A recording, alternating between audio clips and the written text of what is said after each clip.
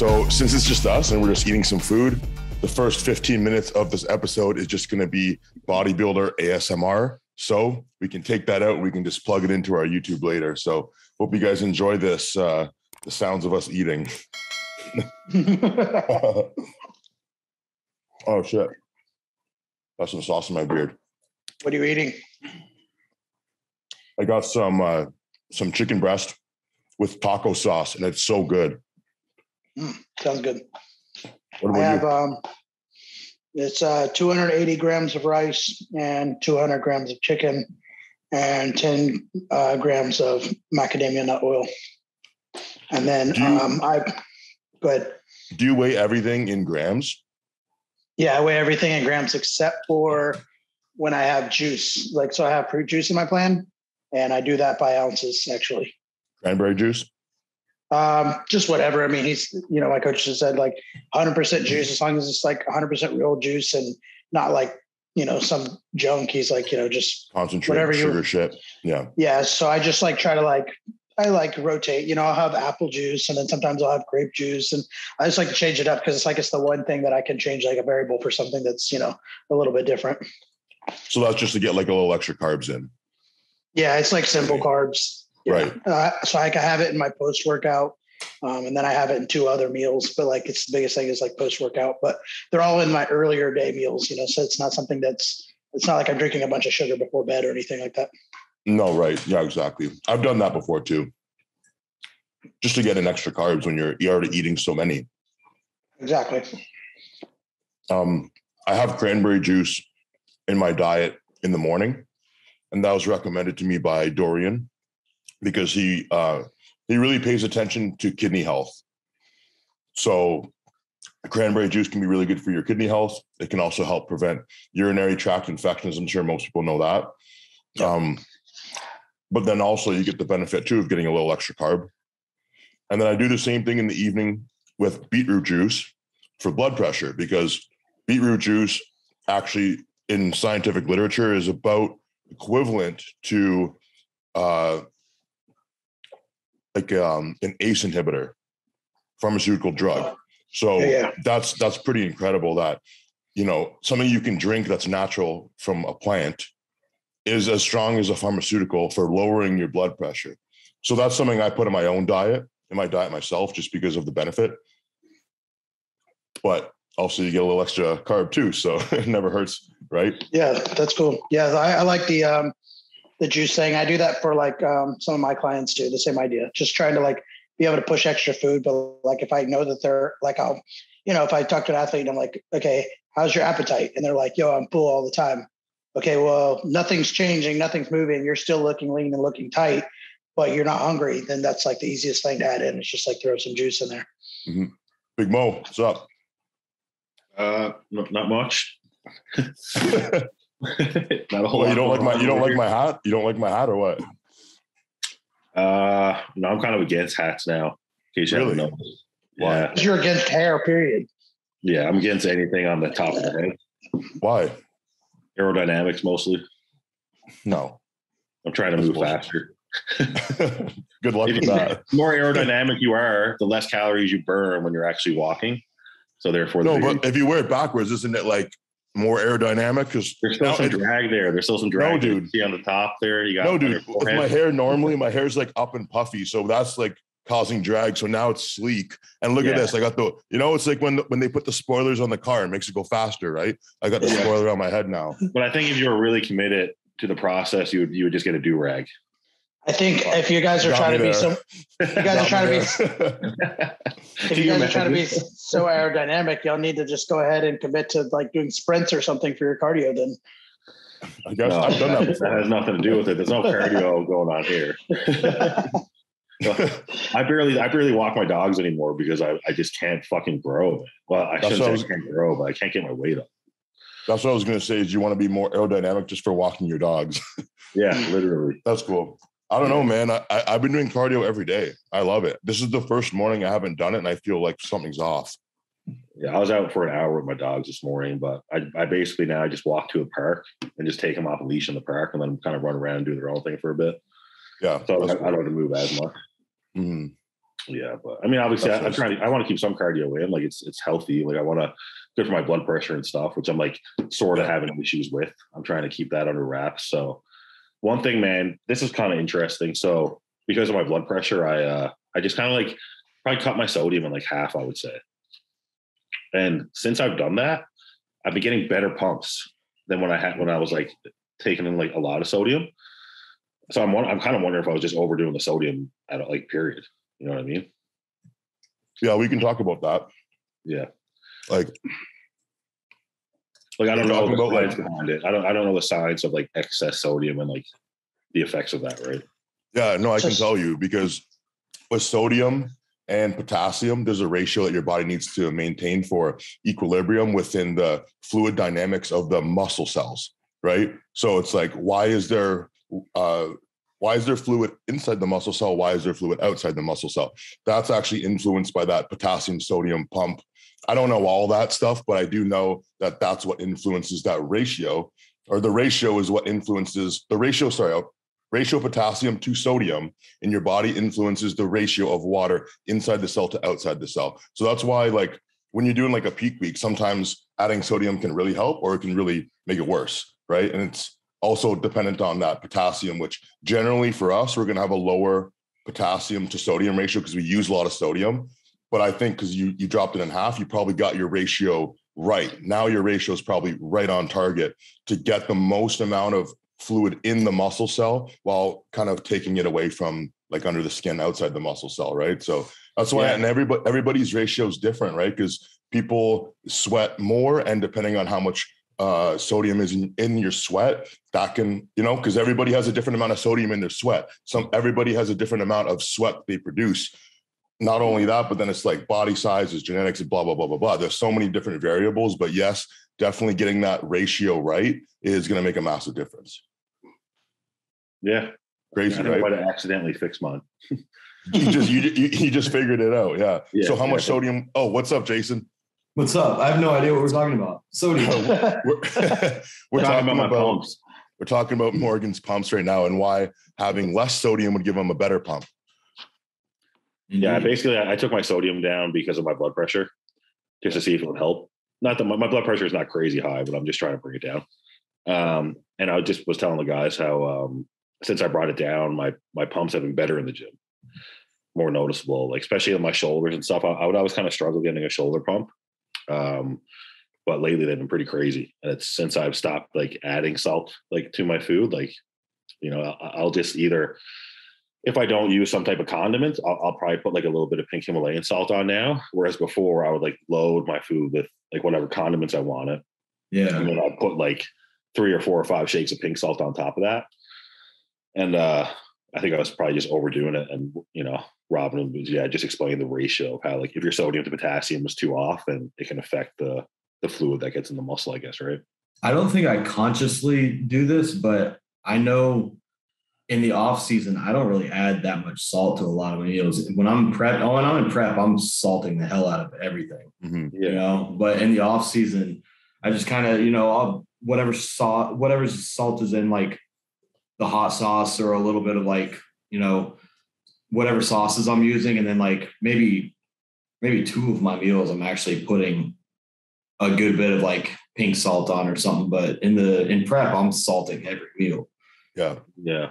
Are you guys weighing your salt? Like, are you guys weighing all of your sodium or measuring your sodium and weighing your salt in the off season? What about on prep? I've never done it. I never do. Not Honestly, even on prep. Chris Aceto will ask me about 2 weeks out, how much salt are you using? And I'm like, all of it. I'm like, I'm salting the hell out of everything. Just drinking soy sauce. He'll just be like, okay, keep it the same for now. And then maybe a few days out, he'll be like, okay, only salt meals 1, 2, 4, and 5 or something, and then he'll be like, all right, only salt 2 meals today, right. And so like he'll just kind of cut it down like that. He wasn't just because I haven't been measuring it the whole time. If I had been measuring it, he'd probably actually tell me how many grams to cut out. Yeah. But since I hadn't really been measuring it, he'll just tell me, all right, cut your sodium in half, or only salt meals 1 and 4 today. See, like to I've me, always- that's such a good sign of like a good coach too, though. You know, like in a sense that like he knows like how you do things. So like at like 5 weeks out, he's not going to start making you measuring your salt, which is something Right. I'm not used to doing. Like he just kind of does it like it's his way, but it's also still your way. Like, you know what I mean? And clearly it works pretty well. So I just think that's like kind of something cool to point out, because some coaches would be like, no, man, you got to start measuring like every milligram of salt that you put in your food. And like, Yeah. you know what I mean? And like, if you do it the kind of whole prep, that's great. You know, no, but totally. if you haven't been, then, you know, to throw some big variation in there like that, it's, you know, just kind of can throw things off a little. Yeah. Like no need to overcomplicate it. Right.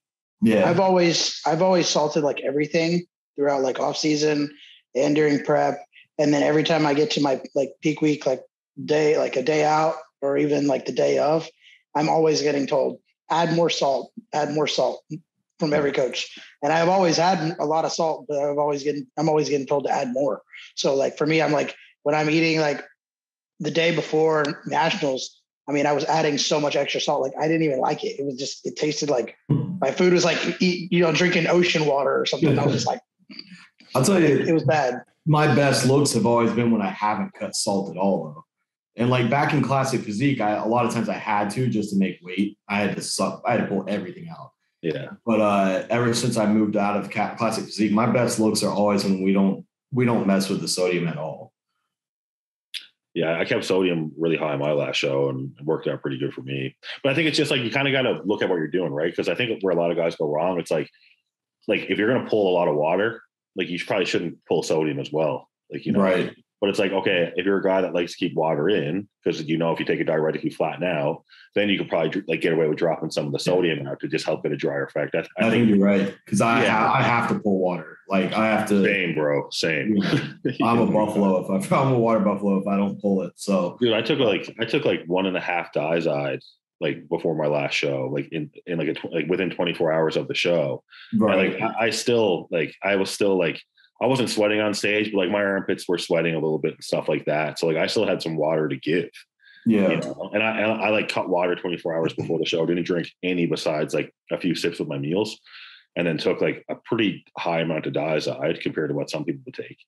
And I still had some water to give. So when you think about your body type too, you're talking about, you say like I'm taking a pretty high amount of diazide compared to most people, but like most people aren't your height with your amount of weight on their frame. And like I feel like the bigger you are, the more weight you have, like overall, it ends up being harder to get drier. Yeah, you're right. Not as many people are as huge as I am. Exactly. Is that true though? I don't know if that's true. I think it's more genetic than anything. I still think it comes down to genetics, but I do think that if you're genetically disposed to holding more water, you're gonna hold even more when you're 300 pounds. You know? Yeah, that's what I'm saying. Yeah. Absolutely. Yeah. That's why you see. I mean, you can see classic guys. These classic guys come in peeled to the bone, and then half the time, like the open guys are missing their condition. And I'm like, yeah, like obviously that can be, just getting lazy or not doing things right or something. But I think when it comes down to it, it's a different objective completely. I don't remember who was talking about this, but someone was saying, the difference between like the 90s, like the golden era, like why because they would just do like no carb diets basically. Right. And then they would just be like fucking bone dry because there's no carbs in their diet. And they would do a bunch of that, like injectable, whatever it is, to like make their muscles pop. Completely different, because with open bodybuilding now, there's no way you could do open bodybuilding by cutting out your carbs completely, unless you're Sean Roden. But other than that, you would just be too small. You know what I mean? Well, what I was going to say is a lot of the classic guys, if they're close to their weight limit, like, even like Chris Bumstead, who still could add a couple pounds or whatever, like Ian's even said it before, and I had to do it several times.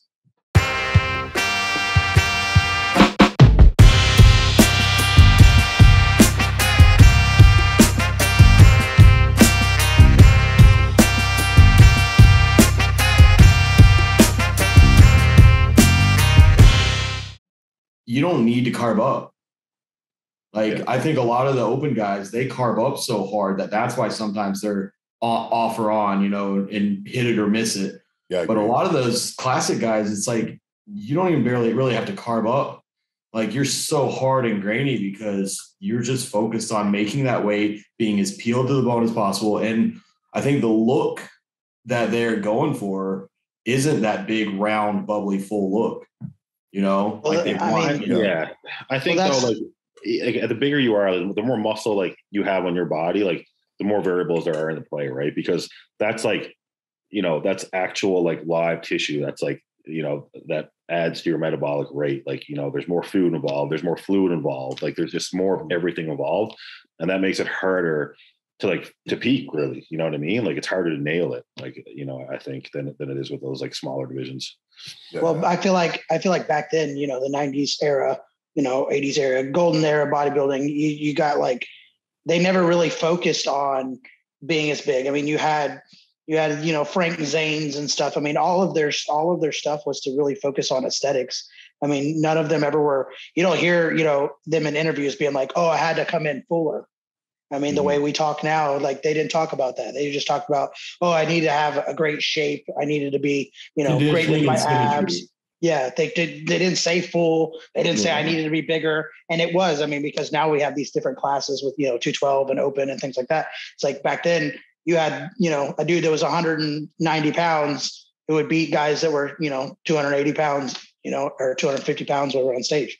So yeah, Dorian Yates kind of came in and just changed the whole game, right? Like because there was that period before him where it was like there was no mass monsters. It was like really like aesthetics based.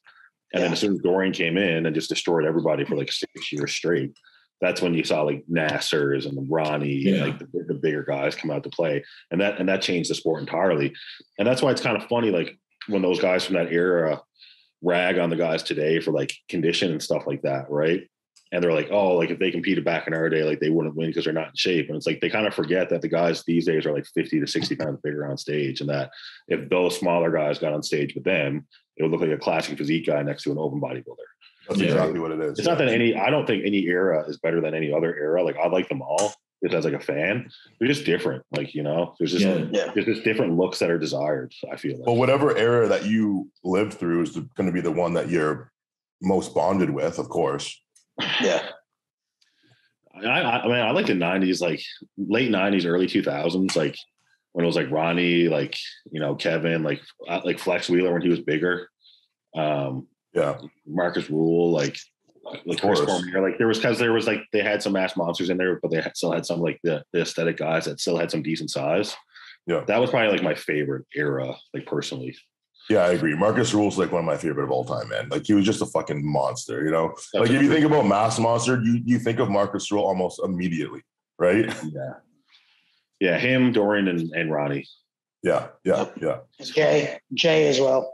Jay was too. Huge, so wide. He was massive. Like, yeah.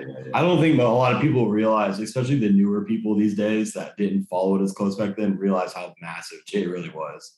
Yeah. Yeah. Well, it's interesting now because even with our era that's happening right now, it's even like there's mass monsters, but there's mass plus aesthetic monsters. You know what I mean? Yeah. Well, I think that's become like a lot more prevalent now because back then when the mass monsters first were coming out, they weren't really focused on the aesthetics of it anymore. That's why you started getting the blown out stomachs and stuff because it was size. And now we've kind of, I think because the, stomachs were called out so much and the judging has changed a little bit, you're getting a nice blend of the mass with the aesthetics. Well, I think it also came down to, people started realizing mass, that's cool. But like we started having more deaths and more like, like health complications and stuff. So I think some of it's come, it's obviously not fully back to, only aesthetics, but I feel like some of it's dialed back because people are a little bit more like cognizant of like, okay, I don't really want to do this much or be this heavy because at some point it's going to catch up to me. I don't even know if I agree with that because I feel like I don't agree with that. When you ask like an Olympian athlete, like let's say they're like a third place Olympian athlete in fucking weightlifting, and you're like, hey, if you could take this pill and you'd be gold medal by next Olympics, but you die in like 5 years, they'd be like, fuck yeah, I'll take that. You know what I mean?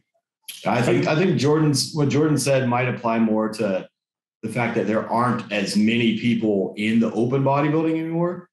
Yeah. That might have a reasoning for that, but the people that are in the open bodybuilding, the majority of them are going to do whatever it takes. But is that even true? Like, is there less open guys now than there has been in the past? Like, is that like a fact?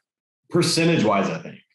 Well, with those other divisions, just because there's so many other divisions that there are people. I mean, there's nothing to compare to, though. But I mean, but I'm just saying, like, the people that are in classic physique, if there wasn't a classic physique, some of them would have never turned pro as a bodybuilder. Yeah. You know, and I'm like, they would have never tried to push themselves to those extremes to be an open bodybuilder, I don't think. You know, it's just because there's more. It's just because there's so many more pros. They don't want to be that big. Oh yeah, I totally agree with that. Open bodybuilding is not for everybody, man. But like, no, I think like either way, I mean, health is always going to be taken into consideration. But I think when you're an open bodybuilder, like it gets to a point where you kind of just accept like, you know, like what the possibilities are, and you try to manage things like we all do as best as you can. And I'm sure any of us, like, if it became between like getting bigger and death, we would probably back off, right? Yeah. But I mean, I don't think it's changing the sport in the sense where like guys are so conscious of their health that they're not pushing the limits like they are. Like, you know what I mean? Like I don't really see anyone. I think they're pushing the limits, but they are staying more conscious of their health. Yeah. You know, and I think they have to do it in a little more responsible way. It's almost like you're being forced to now, right? Because which is totally a good thing, because there's so much awareness out there that now it's kind of like frowned upon if you're a guy that does this and doesn't like check his blood pressure and doesn't get his blood work done. Like if anyone came to us and was like, yeah, I've been doing gear for 2 years. And we were like, oh, when was the last time you get your blood work done? They said, I don't know. You'd be like, you're a fucking idiot, man. Yeah. Like, what are you doing? Like health shaming. Yeah. But it's a positive thing, you know? 100%. Yeah. I think the sport is going in the direction it needs to go, and it's inevitably going to go in the same time. Like we're just like any other sport in a sense that the limits are going to continue to get pushed. Like, you know what I mean? Like look at every other sport, like guys are bigger, faster, stronger than they've ever been. Right. So bodybuilders are going to keep getting bigger and more shredded, like to a certain extent.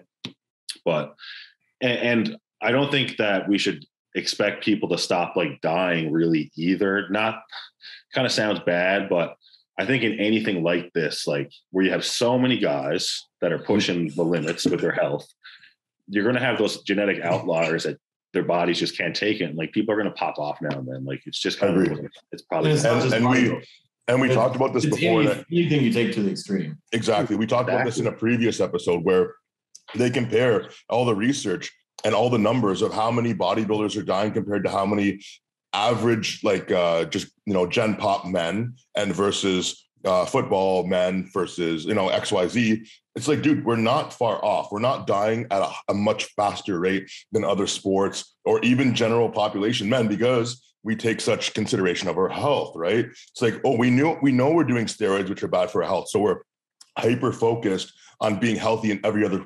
Who else is going to be taking fucking all the vitamins and doing all the cardio and all these other health things? No one else does that. Not even a lot of other sports. So we're okay. We're doing okay. It's just the fact that we have social media. So now like word spreads faster. If you die tomorrow and, you know, I just hypothetically, I don't, you know, I want to bless everybody. No one dies. Let's all stay healthy in this sport. But if it happened, there'd be a video on you and your autopsy would be up, you know, within hours online for everybody to access, which is crazy. Oh yeah, right? No doubt. So, and then everybody talks about it for like a week or two. So it's just like, we're not dying faster or more, or things are getting worse.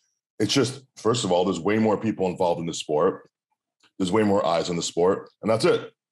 You know, sorry, Jason, go ahead.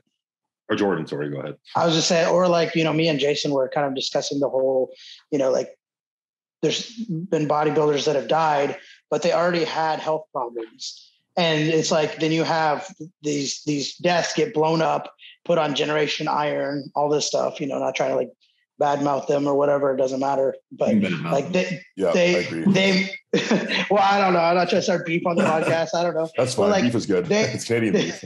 they make it like, oh, well, it's because of bodybuilding and stuff. And they start like creating all these rumors around it. And I'm like, you know, that person died because when they were born, they had a heart condition, or that person died because, you know, they were taking, you know, opioids or something like that. Like, you got to look at the facts. Like, stop trying to just breed that, you know, oh, bodybuilding is killing all of these athletes. And also, like, a lot of these guys that have died, they had warnings before they died. Exactly. Yeah. And they chose to keep pushing it after they were like notified that they had some type of health issue. And that includes John Meadows. Like that's who I had in mind. That's what I had in mind about it. Yeah. We were discussing that. Me and Jason were. Exactly. Like he had that clotting issue. He had doctor's orders to lay off the weight training and lay off any strenuous activity. And he slowly built himself back up. Probably like any of us would, because we love to train. Like, I'm not ragging on the guy for what he did. No, I'm just saying, like, that's what needs to be taken into consideration, because like they look at him like, oh, this like, 48-year-old bodybuilder, whatever he was, died. They immediately go to steroids.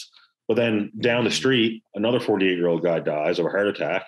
And everyone's like, oh, that was just his genetics. Well, that's the thing. It's confounding factors. It's like genetics plus steroids plus smoking equals most likely you're going to have some kind of issue. But if you're only taking steroids, you don't have any genetic problems, you don't do anything else that's bad for your heart, you're probably going to be okay. That's statistically, that's what happens, right? But yeah, like you said, it's those underlying factors. And it's sad too, because when you're that passionate about something, it's almost you're just like, like, I'm just going to kind of let the angels guide me here, because you just love it so much, and no one ever expects to lose their life ever, and when you get a hard warning sign like that, I'm sure, perspectives change for you, where you're like, oh fuck, I really got to get my shit together.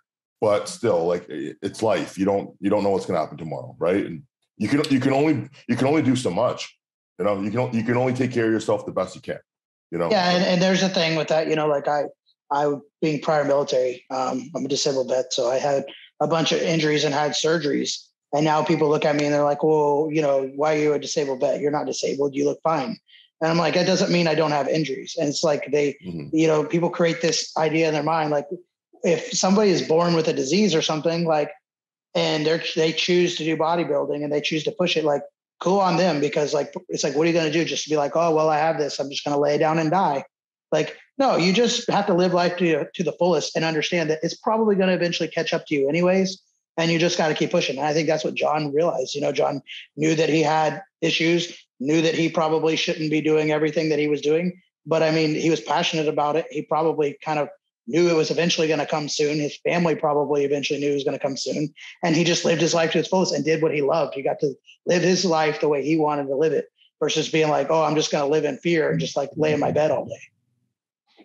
Yeah. Well, I mean, it's definitely one way of looking at it for sure. But I mean, exactly. None of us can criticize anyone for the way they think, like, you know what I mean? And what they do, because like, until you're in that position, I mean, how can you, right? But like, one interesting observation I've made over the years with these, like, not even all the people have died, but the people that have had like health issues, is like, a lot of times it's like the most genetically elite guys, like in a sense of like physique wise, like look at Flex Wheeler, like look at like Chris Bumstead, like Dallas McCarver, like are a few examples, right? Like these guys all have like genetics out the ass for bodybuilding, right? But they have that like underlying like health issue, like, you know what I mean? That like kind of holds them back or catches up to them, like in some way, shape or form, right? Well, it might just be a coincidence, but yeah, I mean, it is like genetics / epigenetics, because there's like, there's maybe like an entire alphabet of things that are lying in your genetic code that don't necessarily get expressed unless certain things are, certain boxes are checked, right? So it's like, okay, maybe because you have maybe because you have low myostatin, you build muscle very, very well, better than other people. Well, maybe your heart grows a little faster as a result of that. And so when you check the box of steroids, you check the box of crazy intense weight training where your heart rate's pumping like mad every single day. It's like these things add up, and then it's like, oh, now you've actually changed your genetic code. You've expressed a new genetic code that you wouldn't have had otherwise. But how would you have known? There's no way to know. You're just living your life. You're just doing the things you love. So it's like, yeah, it's interesting for sure. But I don't like it to be like such a scary thing or like such a negative connotation on like bodybuilding in general, because bodybuilding in general is actually a very, very healthy sport. It's only because there are certain people who are unhealthy that get highlighted in the sport, or when people end up mixing things when they shouldn't be mixing things. It's like, I think that's common sense almost. Like you wouldn't mix recreational drugs with anabolic steroids and expect to should be common sense. Be the healthiest person alive after that, right? So you gotta be aware of this shit, right? And you gotta take care of your own health. Be responsible for your own health. If COVID didn't teach us at least that, then I don't know, because everybody got so caught up with like, oh, what's the cure? What's the cure? Well, guess fucking what? It's taking care of yourself and making sure that you're healthy on a general basis, because otherwise you're just gonna be a risk for everybody else, right? Yeah. And the idea basically needs to be just like, no matter what, just keep yourself as healthy as you can, so that no matter what comes your way, whether it's self-induced or not, you're going to be able to handle it. Like your body's going to be in a position to handle it. Like, that's right. That's right. And I think we all strive to do that. We all, right. That's why we push ourselves every day, so we can make our bodies more resilient. And that's why we push ourselves, is to make our bodies adapt and survive, so we can be the strongest and the fittest. So when shit goes down, we'll be fucking ready, Like Rob Bailey said, I'm pretty sure he said he wanted him to get his pecs so big that if he got shot, the bullet wouldn't even go through. Like, that's fucking badass, Mo, Mo and Jason, I think your delts are getting pretty close to that. Like, if you get shot from the side, it'll just be like a little extra SEO, like just have some inflammation there. Yeah. I don't know about the anterior delta, I'd be okay. If I got shot in the medial delta, I'm dead.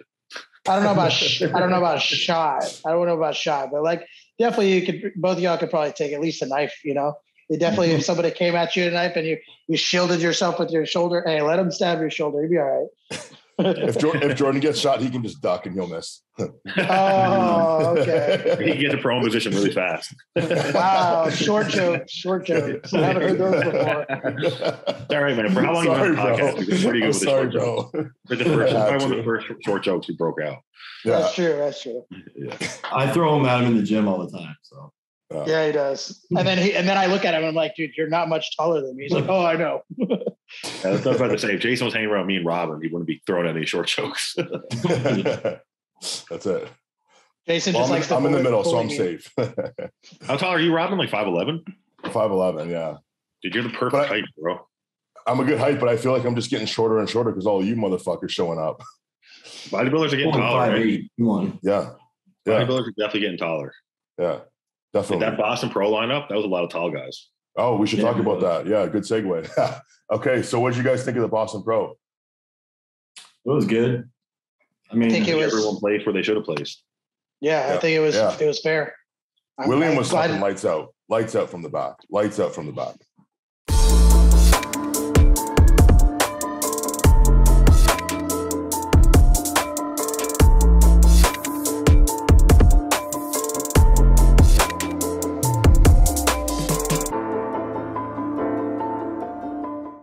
But Justin was very close.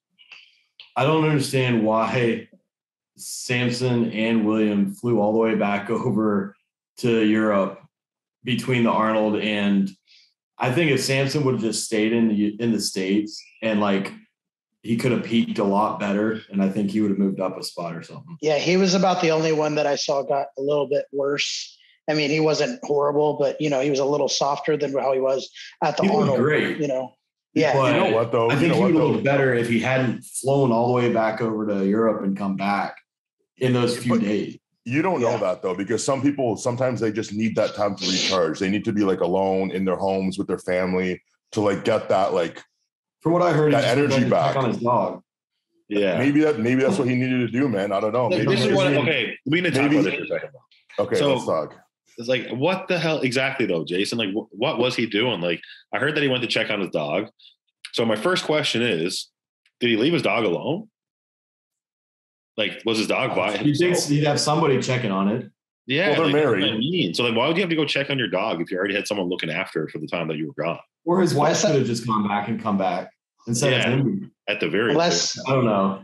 Unless it wasn't really his dog. But William did the same thing too, right? William flew. That was a conspiracy theory. It wasn't even his dog. Like maybe he's in he's in some type of organized crime and he had to go take care of a hit for the boss or something. Yeah, like, what is I got to see about a dog.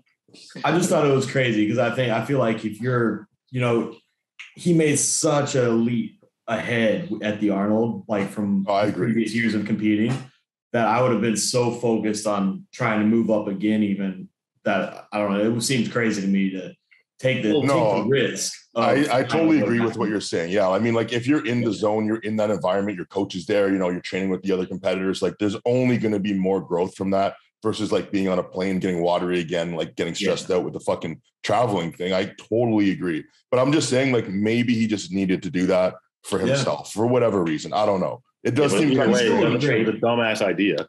I agree. He still looked great. But yeah. He could have won that show though. Could have. Yeah. Could have. He's got a crazy shape, man. I think shape is insane.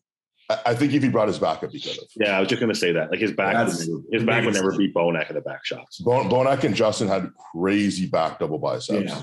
Justin's back is ridiculous. Yeah. That's Olympian level now for sure. Like that's top 5 Olympian back double. Does his shoulders look weird to you guys? Definitely weird. Everyone's been saying that. Yeah. But it's been like that for a while. That's here's the thing though. Like, why are they letting that like slide so easily? Or do you think he was just that much better anyway? Like to me, like one of his shoulders was blatantly bigger than the other. Yeah, but I guess it's when you look at the overall physique, it's just an impressive picture to look at. Yeah, no doubt. Here's the way I see it is like we're trying to do that with our training anyways. So he's just exaggerating it more with whatever he's using. And it's still better than having like those weird pointy delts that some guys used to have. So at least they're big and round and bubbly and they make his physique just look fucking crazy. But I think I've seen him a couple times where his shoulders were the same size as they are now. What's up? Hello. Nice to see you. Tell us something embarrassing about Jordan. Your kiss. Come on. We're live. We're going to use this. Boom. That's the thumbnail right there. Yeah, she's embarrassing me. Go away. That's invisible eyes. Anyway, sorry. No, I was going to say, I think his shoulders, they don't flatten out is what I was going to say, but other parts can flatten out. Then it looks really weird. But if he's full as a house, it's just like, you know what, dude? Go for it. I wonder if he got a code for that stuff. I might hit him up. Yeah, definitely. I think he just fucking owns the company at this point. Yeah. Overall, though, I think the Boston Pro they pretty much got it right on everything as far as the placings go. Yeah, I think his outer sweeps look a little off as well. I don't know if you guys noticed that in his legs. Well, that would make sense because you got so much criticism about his legs over the years, right? Like, if he's going to put in his shoulders, I wouldn't be surprised if he jammed some of the quad sweeps either. I think, but you know what? It worked, man. Look at his legs; they looked good. I think he just needs more. He needs more detail, more separation in those legs, though. That's what's holding back there. Yeah, his entire back is so ridiculous and everything like that. I just more separation and detail in those quads, and he'd just be insane. Well, it looked like it were separated more in the front, and I'm not trying to trash about him, but like it definitely looked like in his outer sweep he had been doing something with it as a protocol, and that might have kind of muddied the lines as well, because he looked, hard as nails at the Arnold and stuff, and same, with this one, and it's still the lines aren't there in the outer sweeps, but they're big and full. I feel like lines are kind of like genetics, like with legs, like a lot of time. Because like look at guy like Ian Valier, like I find like he doesn't have crazy separated legs, but they're giant legs.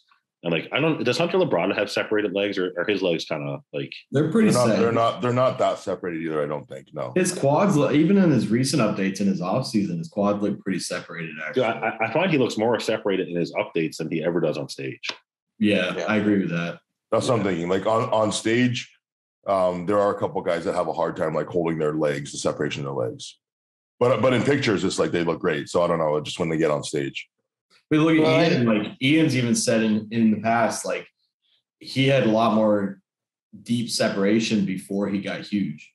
Like back when he was getting on stage at 225, 230, like. But I don't get how a muscle gets bigger. The separation. I don't know, but I'm just like he even said it. Like even his glutes used to get deep striations, and now they don't really. They get rock hard, but they don't really show those. One thing I'll say though about this is that I find a lot of guys that talk about how they don't cut water before a show almost always kind of have watery legs. Like guys like Hunter preaches no diuretics. Yeah. He preaches no diuretics. Well, and Ian keeps his sometimes I'm just GH in and doesn't cut water. What's that? Ian keeps his GH in and doesn't cut water all the way up to show day. Change that up. But I mean, he's 7 at Olympia. Yeah. I'm not, so. I mean, he still looks good. Yeah. Call him up, Mo. See if he'll let you. Call him up, Mo. Maybe he needs a coach. I'm going to hit him up after this podcast. Probably just send him a little DM and just let him know how I feel about it. Me and the boys were talking, and we decided that this is what you should do. That's it. Okay, let's get him on the podcast. We got to settle this. We got to help this guy's career out. We got to get Justin on too. We got to talk to him about those Listen, I just want to know quad the sweeps. source. I just want to know the source. That's all. Same. I want to know the protocol. Let me know. Make an ebook. Why didn't he make an ebook? Hit Dave Palumbo. Dave Palumbo for a protocol. He got your back on that. Yeah, that's it. Draw a diagram right here, and right here. That's what we need. We just every need, day the blueprints. Yeah. I wonder if coaches are doing protocols on that nowadays. You know what I mean? Like okay, obviously Justin's using something. I wonder if his coach is like, I want you to use like literally giving him a specific protocol, or if he's just doing it. I'm curious about that. I would love to know that. I would love to know what guys are using what and where in their body they're using it. Not because I give a shit. Sure some people are just genuinely curious. I'm sure some people are actually giving out like instructions on that and stuff like that. But I thought it was interesting. I was watching something Justin Compton was talking about recently, and he was saying like one of his clients was sending check-ins all prep long, and then a few weeks out, his client was like, "Do you want me to cut the synthol out?" and Justin was like, "What's synthol?" He goes, "I couldn't tell you were using it, so whatever you're doing it right. Keep it in." Fair enough. Yeah, he's like, if I couldn't tell, then you're doing it right. So like he didn't know the whole time though that his client was using it. Did he say where he was putting it? Huh? Did he say where he was putting it in his body? I don't remember if he said it. It was on some podcast. I don't remember, but I thought that was just interesting. Like he didn't know the whole time. And then his client asked a couple weeks out, should I stop taking it or stop using it? And he was like, I didn't know you were. So I guess you're doing it right. Keep it up. See, I'm super curious about synthol lately, just because it's just my competitive nature. Yeah. And it's just like I just want to know, like, how much of it is being used, and like how much of a disadvantage are you at if you don't use it? Like that's it. That's it. That's just what I want to know. I actually have a client who's using it. He's using synthol. He's using painless pumps. Okay. But this client, I mentor him. I don't give him specific protocols, meaning he tells me what he's doing and I tell him what to do next. You know what I mean? So he was just like, hey, I got all this painless pump and this is the protocol I'm using. I'm like, cool, dude, let's see what happens. Right. And this guy, we've been training his arms for like 3 years and they do not respond. So that's why he was just like, fuck it. I want to win a show because I'm tired of people saying I have small arms. I'm like, let's just see what happens, man. Because I'm curious. I want to see. And he's at it about an inch and they don't look any more like deformed or like they don't look weird or anything. But the thing is like he still doesn't have spectacular arms by any means. And this is like one of the most dedicated guys literally that I've ever worked with my whole life. Like detailed in his scheduling down to the minutes of the day. Like, you know what I mean? So it's just like crazy that even with synthol, even with how he trains, diets, everything, his arms only still grow like 1 inch from like this. It's a big investment, man. Like to get like all these bottles of synthol, it's like we're looking at like $1,000, or more, to get all these fucking bottles of synthol. It's crazy. And so I believe that the newer stuff, the metaforms and these kind of things are the way to go and not the old school, the painless pumps. I think those are like kind of like almost a waste of money. But whatever this new shit is, obviously it works well because we can see it on stage, but you don't see it on stage almost unless you're abusing it, right? Yeah. But many of the top tier pros are using something. I'm pretty sure. I can't say for sure, but I'm pretty sure. Well, Jason's weird about even doing. I would feel weird about it. I don't know. Well, even on Jay's podcast, they were openly talking about all the stuff they used to use, like Jay Cutler, and they're just openly talking about it, you know. So that's why I don't feel weird talking. Jay about was it. very open about. Oh yeah, I used to Mr. Olympia 4 times. I had that in my arms for this show or whatever. Yeah. So, all right, hold on a second. I'm just gonna order some right now. I know it. Fuck it. I'll try to get a sponsor code. We'll fucking get it going. Yeah. Use beef20 on metaform.com. In a month, this podcast, we're all just like, we'll come on here and like give updates from each of us. Like, so hi, how's your painless pumps going? Well, it's going great. Knocking shit off the all right, so let's say you have an unlimited supply and you can put it in only one muscle group. Where are you putting it? Legs. Legs and the sweep. Eh? I mean, I have great legs, but I feel like you can always have bigger legs no matter what. Like, true. You know what? I'm going to go with legs too then. Like, I mean, if you go, the main thing I need is that outer quad sweep. That's it. I mean, if you go arms and chest, eventually, like you're talking about unlimited supply, you can only put it in one spot. Like eventually that's not going to be needed. So then you just stop using it. Well, if you're going to pick one place that probably you would never want to like not get bigger would be your legs. All right. I know Morgan's thinking medial delts. The one place that I would 100% if I had all that. Any bigger. If my legs get any bigger from here, I'm just literally going to look ridiculous walking around. Like I think that's true. Yeah, that is very true. I look like you'd start looking like you'd look like a cyclist. That's like just a massively oversized cyclist. Yeah, like a hybrid between like a basketball. Which is so crazy because you're so tall, like that. You're like dominant body part is the legs like that. That's crazy. That's unusual. Yeah. Yeah. Quads. I'm all quads and glutes, bro.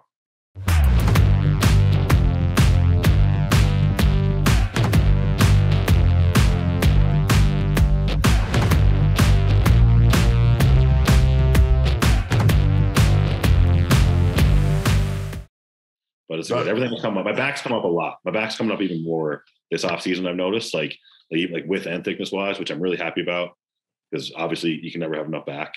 Yeah, your back is big, man. Yeah, your back. I honestly feel like the last thing for me is if I can just get these shoulders to like get a bit rounder and just like a bit more capped off, I'll be pretty satisfied with my overall look. And then from that point, I just want to get like everything just a little bit bigger, you know, just a little bit.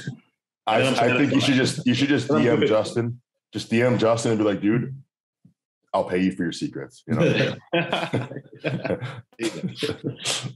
Yeah, I don't know. We'll see. Might have to make moves. We'll see. So the last episode, y'all asked me to throw up my diet on Instagram, and I did. So yeah, well, okay. What was your feedback like besides for me? What was what?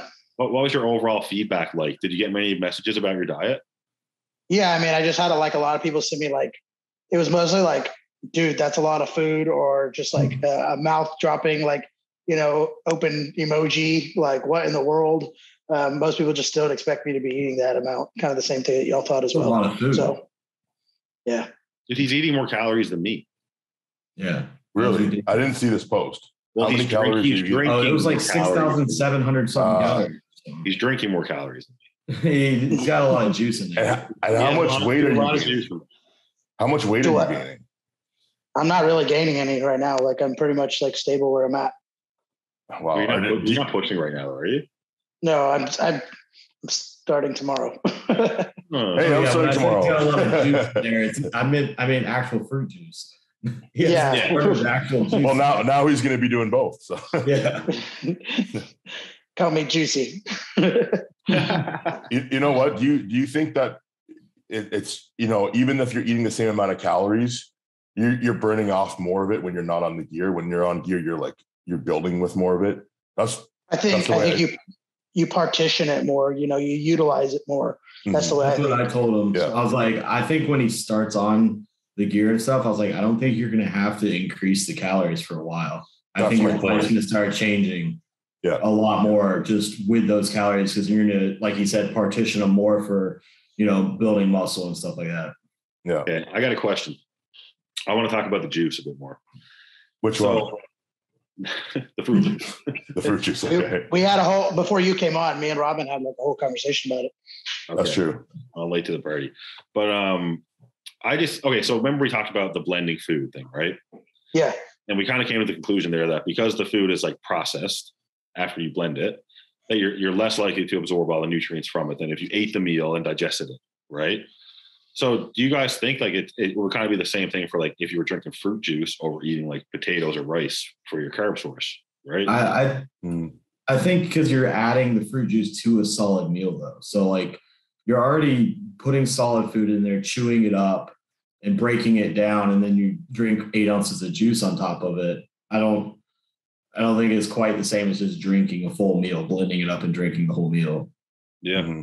I think your body's still going to take in those nutrients. It's just whether they're actually going to be able to be fully absorbed and utilized. But if it's sugar, your body can always kind of handle sugar. You know, right. Like you can just drink sugar all day long, and your body will just keep pumping out insulin until you're diabetic. But if it's like mixing in like a lot of proteins and things that require more time digesting, like like a chicken breast, you blend that up. It's like, well, why isn't this digesting properly? Because we've diluted so much of our stomach acid, and also like we've taken away like the whole like mechanical process of chewing and blah blah blah blah. But I think like definitely like having some juice is not going to be a bad thing as long as your blood sugar stays good. Yeah, I mean it's just extra calories and extra carbs and stuff like on top of what I'm already eating, because I'm already eating a ton, and so like it was just kind of like one of those things of like, okay, do you just keep pushing more food on top of it? Or do you add it into other sources and other ways? Plus, it also gives me like a little variety, because I'm huge on, and my coach knows this, like I have like one cheat meal a week, and it's like a burger. That's like off season for me. Like I don't eat off plan. I don't have multiple cheat meals, so like having my little, for me, it's like having the juice is like just enough of a little bit of a sweet tooth that I don't crave anything. Like I don't go, now at the weekend, I want to eat ice cream because I got a cheat meal. Like I'll just eat my burger and move on. I also find, at least this is me personally, and I don't know, you can tell me, Jordan, because you're shorter as well, but like maybe not so much for Morgan, he's so freaking tall, but like I had to find ways, once I'm at a certain amount of calories, I need to find calories I can add that aren't gonna push my stomach out, distend my belly more, because I don't have a super long torso. And if I'm just shoveling, like piling more and more food in there, it's going to start pushing my belly out. But if I just add 8 ounces of juice on top of a meal, it's not really doing anything. It's not adding a ton of volume in my stomach and pushing it out.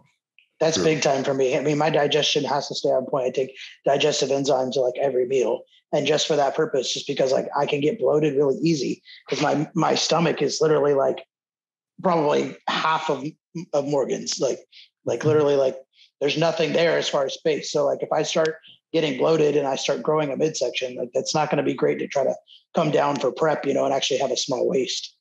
I don't think you need to worry about it too much. Your waist's pretty small, man. I mean, it's always something to think about. It's definitely something to think about. Like definitely. Yeah. So what I was saying like earlier, like what me and Jordan were talking before you guys jumped on, is I was saying that I have juice in my diet too. And Jordan was saying you're taking in your juice more so for the carbohydrates, but I put them in for some other benefits. I buy the pure cranberry juice. It's not from concentrate, just pure cranberry juice, and tastes like garbage, just very sour, but that's for kidney health. And then I take beetroot juice in the evening before bed for heart health, because it really, really reduces blood pressure a lot. Is that true? Very true. I can send you like 100 studies. Dude, it's just as good as taking a prescription blood pressure drug. That's what the science literally tells people. So it's organic beet juice. Is that what it is? Just organic, beetroot juice. Yeah. It's wicked. And you don't even need to have that much of it. Like even I think it was like 150 mils. I'll literally look at the research tonight and let you know like what.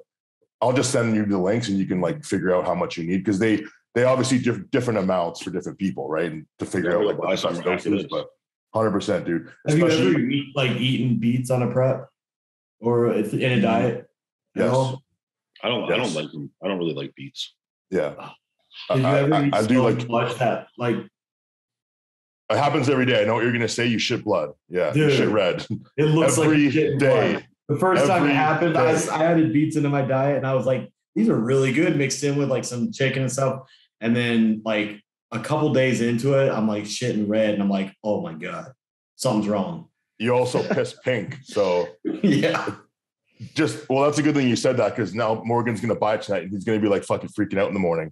Yeah, thank you for telling me that. Yeah, seriously, I forgot about that because I'm so used to it because I do it every day. I'm just like pissing pink and shitting red. I'm like, it's the beats. Just the beats.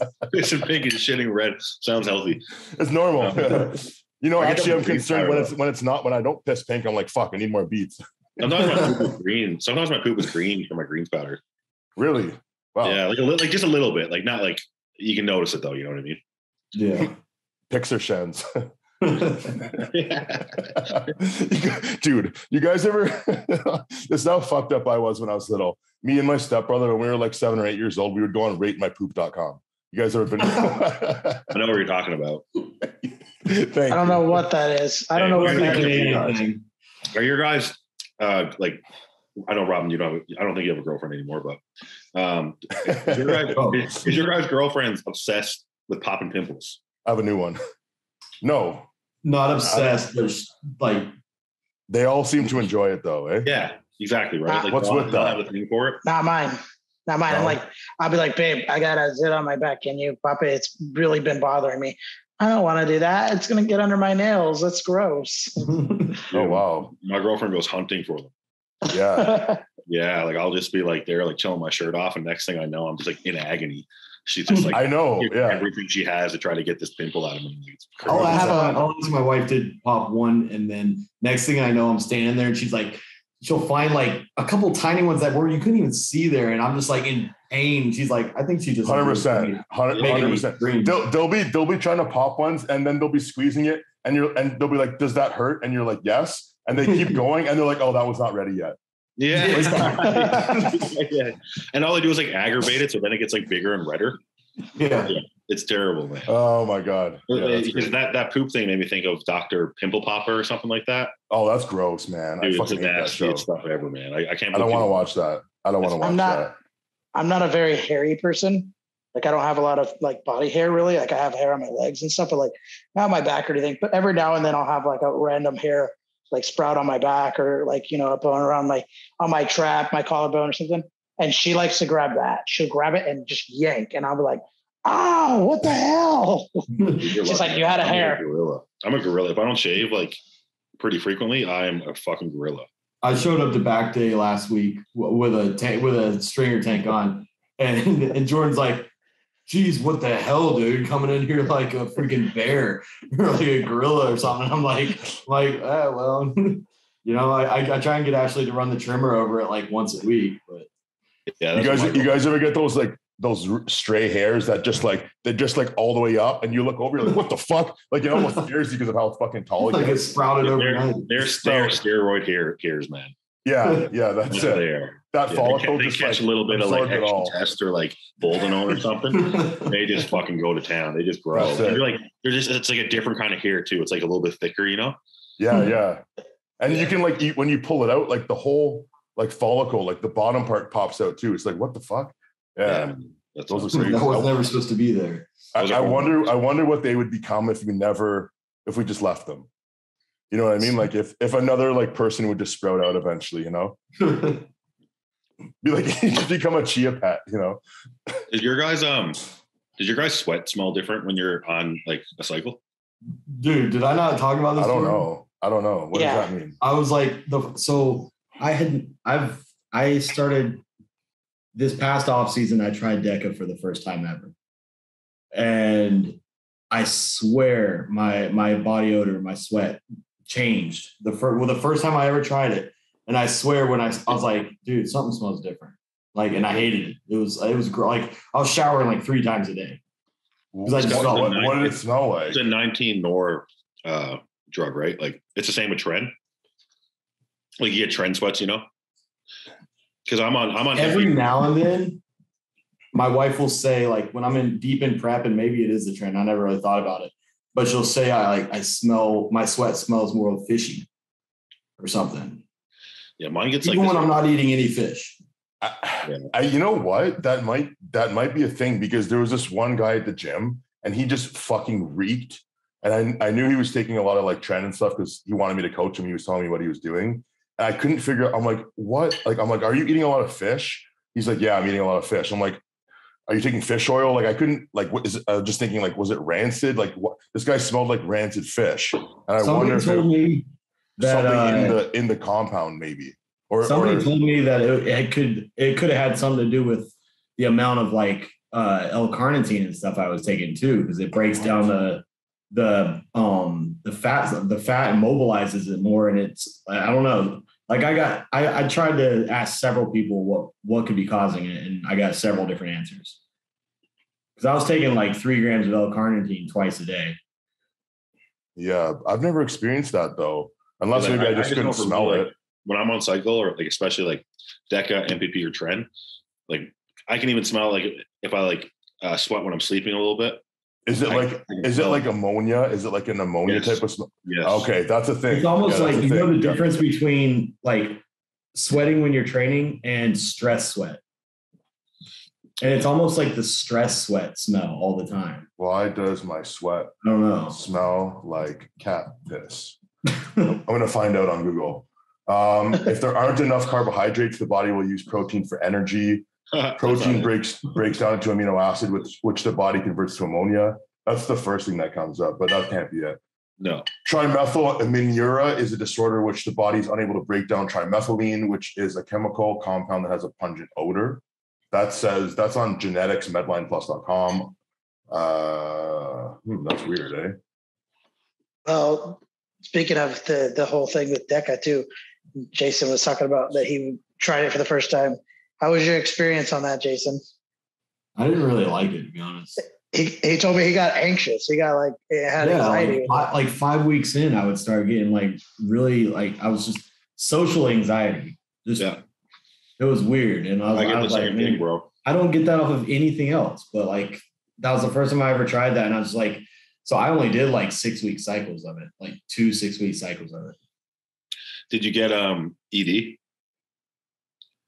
No, I mean I was only doing because I think I was taking 300 a week and 600 tests, and yeah, dude, that's what does it to me. I was like a jackrabbit the whole time, so I don't know. Oh, that's good, man. That means you're not getting like crazy prolactin side effects off of that, because even me, like I'm only taking 200 NPP now.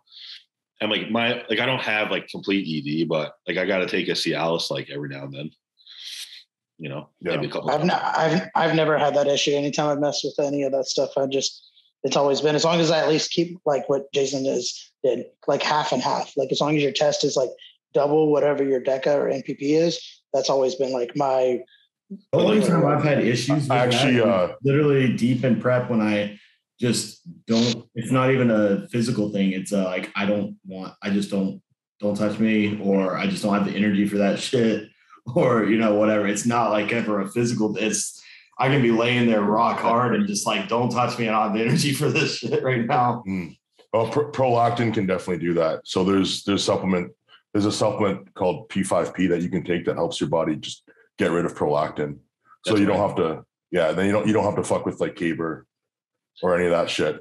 My doctors I can call him up and ask him, you know, like I've done it where I was like, hey, whenever I decided I was going to try Deca, I was like, hey, I'm going to try Deca. Can you prescribe me Caber? He's like, yeah, here, come pick it up tomorrow. Wow. That's pretty cool. So yeah, I don't get any like aromatization side effects. Like I don't take Arimidex or anything when I take, like, it doesn't matter how much test I take. I just don't need to take it. But like anytime I take like MPP, Deca, or Tren, the prolactin side effects always sneak up on me. You ever get those milky nipples? You get those? No. So let me tell you a story about that. One of my friends was doing like a bunch of Tren, and obviously it became very clear that his prolactin was extremely high, because he came to the gym one day. He's like, dude, you got to check this out. Come to the change room with me. I'm like, okay. So he takes off his shirt and he fucking squeezes his nipples and milk comes out. I was like, you need some Caber like yesterday. That's fucked up, man. That was very disturbing. And he was like proud of it. He's like showing you, like he didn't know what, bro. Yeah, he was like, this is crazy. That guy over there. Dude, he's like, I'm finally becoming a woman. Yeah, that's exactly what I want to be. You're like, you're not supposed to be happy about this. I'm going to dominate female bodybuilding this year. Oh man, yeah, it's weird, you know, and like that's a serious thing that can happen if guys are like abusing Tren and they're not taking care of their prolactin side effects. Really weird. But yeah, you can use Caber for that. You could use Prami Pexol for that, which is definitely something I would never recommend. But a lot of people do try to use that, it's actually kind of scary. Prami Pexol is not something you want to mess with. And to be honest, neither is Caber really, because Caber is. I don't even know what that other one is that you said. I tried. I don't want to get this wrong, but I tried Prami like one time, literally, like, because I was like, okay, like I'm gonna try to see if this works, knowing that, okay, it's either Caber or Prami is what the two usually if you're gonna mess with trim. And so I got some and I tried it and it made me so sick to my stomach. It made me sick. Let me just explain why that's happening, because Prami Pexol is a medication that treats the symptoms of Parkinson's disease. So it's acting on your central nervous system. One time I took it, and this is before, and I was very stupid and uneducated. I'm like, I'm just going to take this. Took a dropper full, and I was like on my way to go to work, and I couldn't cross the street because I was literally like paralyzed. It was like almost like reverse Parkinson's. Because they're like jittery, and it's like it probably reduces the movement it reduces the excitation, I guess, in their nervous system, right? Like by acting on like dopamine, GABA pathways or whatever. I felt so shitty, and like I felt like there was like no way I could move, and like I just was like so much like dysphoria, and I was like trying to cross the street to work actually, and I walked in, like I barely got myself there. I got there, I'm like, I'm so sick, I gotta go home. Like it was just better off just avoiding it completely and using something natural like P5P, which is just a coenzyme of vitamin B6.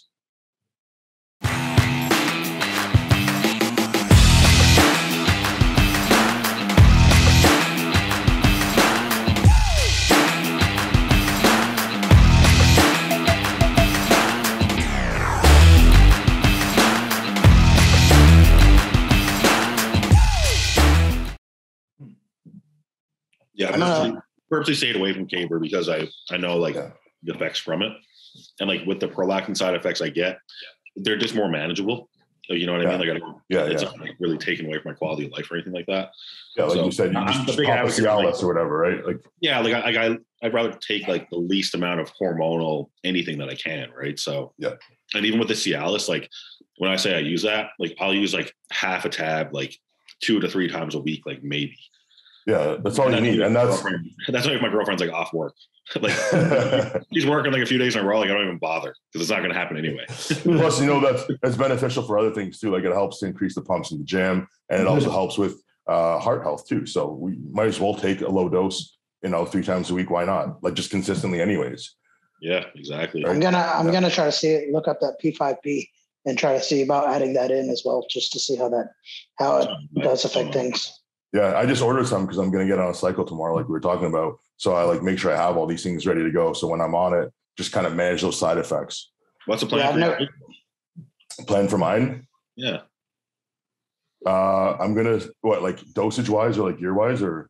Yeah, tell me exactly what you're doing.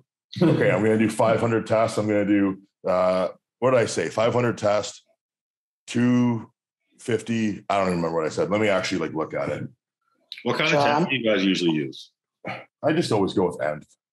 Yeah. So I'm gonna get a sip guy over here. Okay. What about you? That's all I've ever used. Yeah. I'm typically a sip guy, but I'm actually, since I'm going to be starting tomorrow as well, I'm going to do Sustanon this time, 500 Sust, 225 MPP, and then 125 Masteron actually. Oh yeah, well let me one up you because I'm going to be doing 500 tests, 300 NPP, and 300 Primo. So suck that. Also GH and insulin. So I didn't know this was a competition on here. It is now. Now it's become a dick measuring contest. Okay.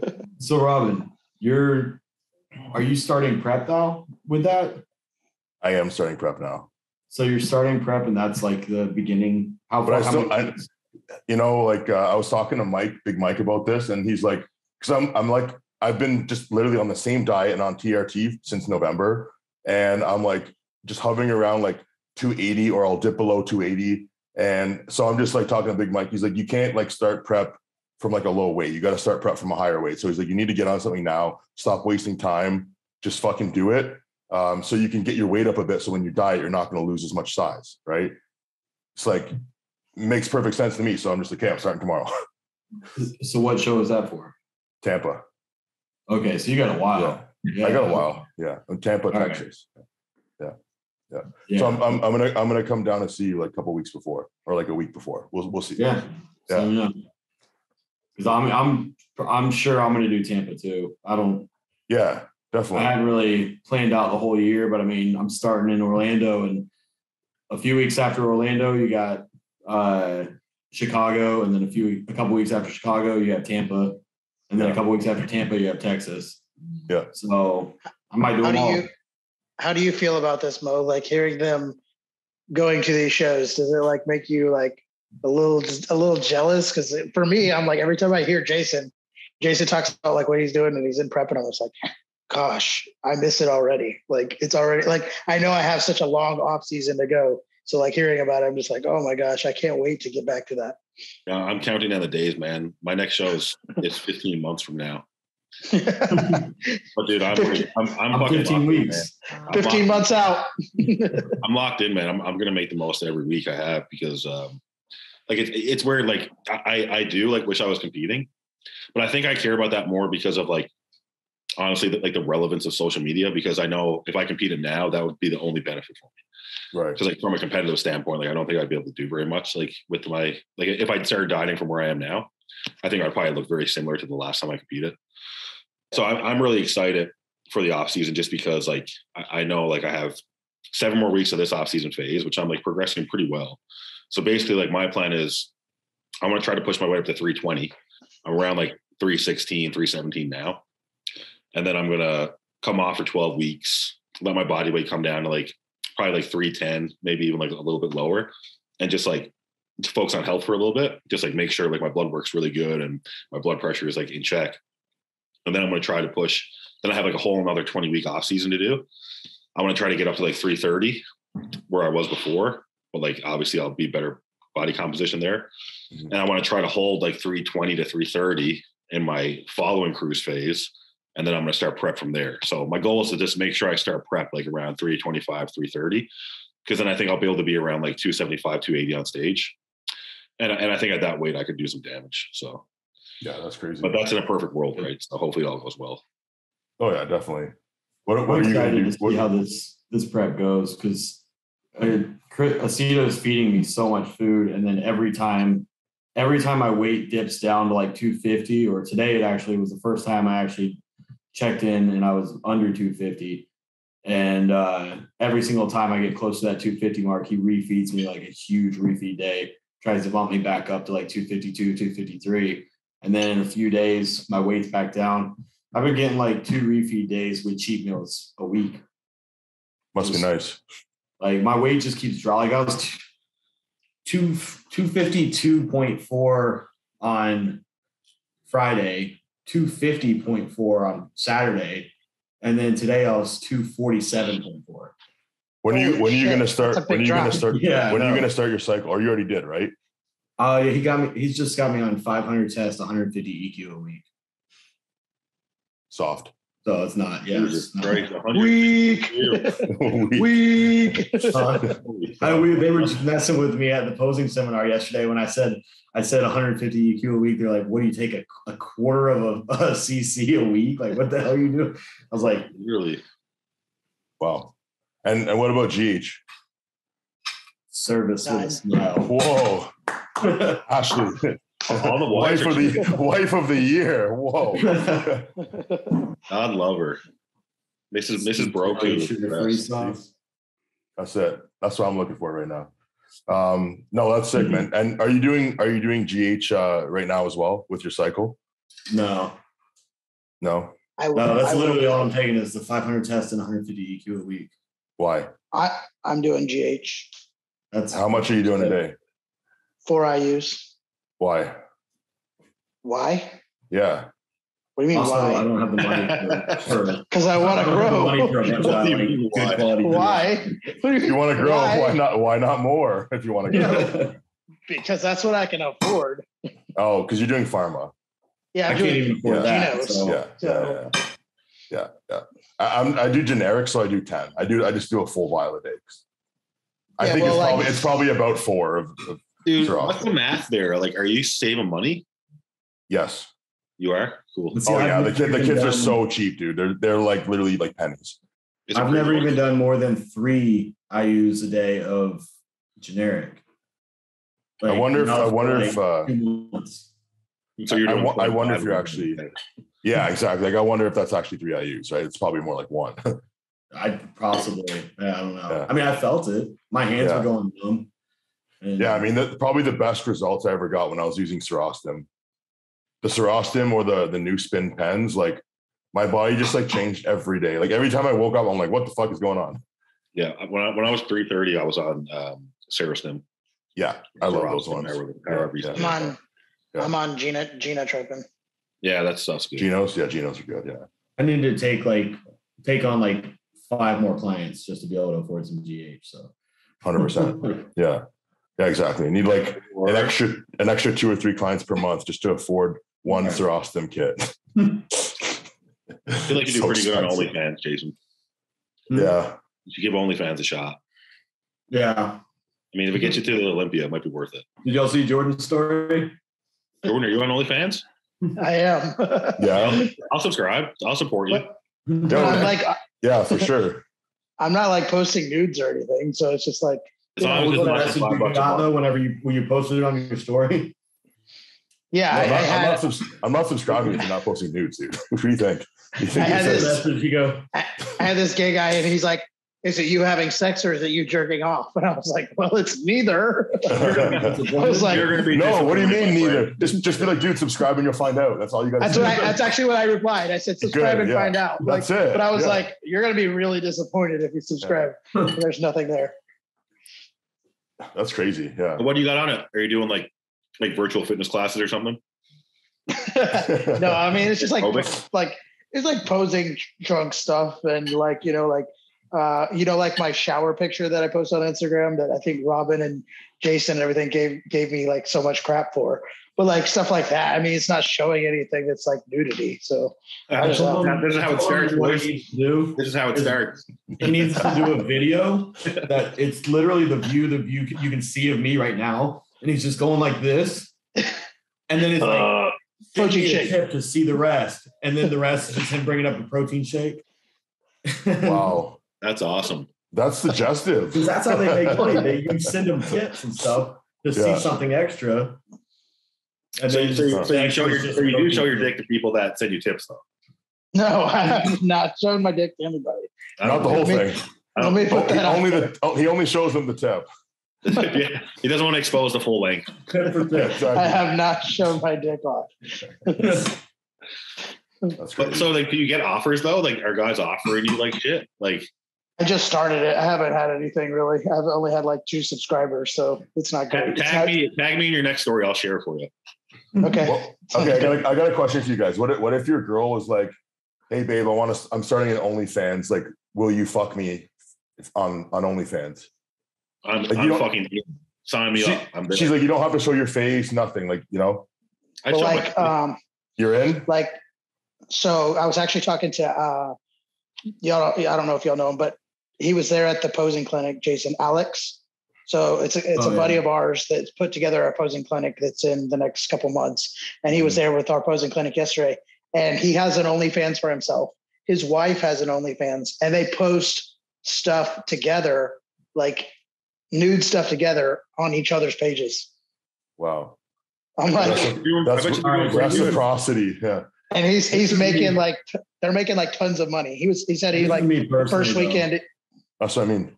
So like, if I was single and a girl asked me to do that and I didn't have to show my face, there would be a slight consideration. If I'm with my wife, I'm sorry, I'm not. No, because if it's a random girl, she's just going to take the money. You're not getting shit from it. But if it's your wife, you're doing that together. You're fucking. I don't want to share. I don't want to share that with the world. The better. Listen, it's motivational because the better you fuck her, the more payout you guys get. How much better does that need to be? Robin, he's only taking 150 milligrams of EQ a week. He's not going to do OnlyFans. If he bumped that up to like 300, he might reconsider.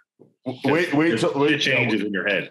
Wait till he's like 4 weeks out, and then Ashley's just like, okay, babe, you want to do this? And you're just like, you're not even thinking, you're just like, yeah, sure, whatever, and she just rides you. Yeah, he's just trying to kill time in between meals. Yeah, exactly. I would be the one to consider it way before Ashley would ever even think about doing something like that. Look, Vegas, isn't it weird how some women are totally cool with like putting it all out there, and some women are just like, they would never do that. It's really wild. Mine would never. Really interesting. Ashley would never even consider that. No. Yeah. Mine would never. You gotta remember, Ashley's got a big girl job. She like manages like healthcare offices for the hospital and stuff. Yeah. I was like, I don't think she wants anything like that to ever be available anywhere out there. Like that would be. And plus, the hospital she works for is like a Christian-owned hospital. Like, yeah, you guys are in Florida too, man. Yeah, a lot of women do it. And they don't show their face too, so that's Yeah, but dude, like, you're not gonna make fuck all money if you don't show your face, right? That's true. I think it's I'm not that you won't make fuck all, but you won't make as much as like the girls that do. So you guys are so hyping it up, Robin and Mo. Like, why don't y'all have OnlyFans then? Where y'all at? Listen, I do, bro. Why aren't you subscribed? I've been on the fence for a long time. I'm moving to Ontario soon, and I'm definitely considering, if I have to stay financially afloat, to at least show my glutes on OnlyFans. Yeah. I was honestly considering showing some butthole. I was just considering doing like just a body, like just one day it's a bicep, one day it's glutes, one day it's just two different body parts. Yeah, I did post a shredded glute picture. That was as far as it went. Yeah, that's as far as you've gotten so far. Yeah, but it's the same thing that I put on Instagram, which is a shredded glute. I'm like, I think cool. I'd be more enticed to do it with my girlfriend, like to do stuff together. I think it'd be fun. Than to just do it by myself, because I think it would be fun. Yeah. And I think you're going to draw guys and girls, which makes it funner. Yeah. You know what I mean? Because like obviously, if I do OnlyFans, only guys are going to watch, right? If she does OnlyFans, guys and girls are going to watch. But if we do it together, guys and girls are going to watch. Consider this too. Consider this too. Okay, it's so normalized now that it wouldn't really affect your career. You know what I mean? And again, anyways, you can just stay anonymous if you wanted to, right? And it's like, man, you're only going to have this body for so long. Why wouldn't you maximize your? The problem with it being anonymous is if you really want to build it up and get a lot of subscribers, you need to promote it. Oh, I agree. I agree with that. But I'm just saying, like, if that was the way you wanted to go, you could still make, like, you could probably still make 10, 15% of the profit. Like if you wanted to stay conservative, right? Which is funny to even think that. But yeah, like if you just put it all out there, it's like, well, what's the downside? I don't know. Like, But I think that's the only way to really do it. Like, just in my opinion, I mean, obviously I'm not an expert on it. Like, just from what I hear from other people, because like I like after having a few of my friends like sign up to a girl's OnlyFans, and like if they're not seeing booty hole and like pussy shots, like they're pissed. They're not. Yeah, exactly. They're gonna dispute it. They're gonna get pissed off. Yeah. Yeah. I just don't understand the whole freaking thing, because you have porn that is free, and like I don't know, like why. Because I think it's like it's better quality videos. Like you don't have these home shot crappy quality. No, we have an advantage because we're pros and the guys go nuts for that shit. Like if we open an OnlyFans, it's like fucking Big Mo fucking showing off his Big Joe. Like you know how many fucking people be watching that shit too. It's like note it. Okay, it's probably not that big. It's probably not that big. Well, that's why everybody wants to see it. I'm too big for it to look big. Okay. That's why everybody wants to see that. It's your legs. It's his legs. Yeah. I got big quads. I'm fun. Yeah, that's true. I'm gonna have to learn how to use Photoshop before I start posting on OnlyFans. Yeah. Yeah. Gotta take an online course. Oh man, no, it's just crazy. I mean, it's crazy that's even a possibility. That you can just, you know what I mean? Yeah, OnlyFans. Some girls are millionaires off OnlyFans, bro. 100%. Yeah. Well, like I was saying, like our buddy that we know, Alex, whatever, he literally told me, he was like, the first weekend I opened it, I made $1,000 in one weekend. Hold on. Let's we've been going for a while and we're just kind of ranting about this now. So I'm gonna end this here because I want to tell you guys something. Okay. All right. Peace out. Bye everybody. Secrets time. Hey guys, thanks for watching Canadian Beef Podcast. please make sure to subscribe to the channel and check us out on Spotify. You can use our code on helixonline.com. The code is BEEF20, that's BEEF20 at checkout. You're gonna save yourself 20% off, and you're gonna help our podcast grow. Thank you so much, guys. See you in the next episode.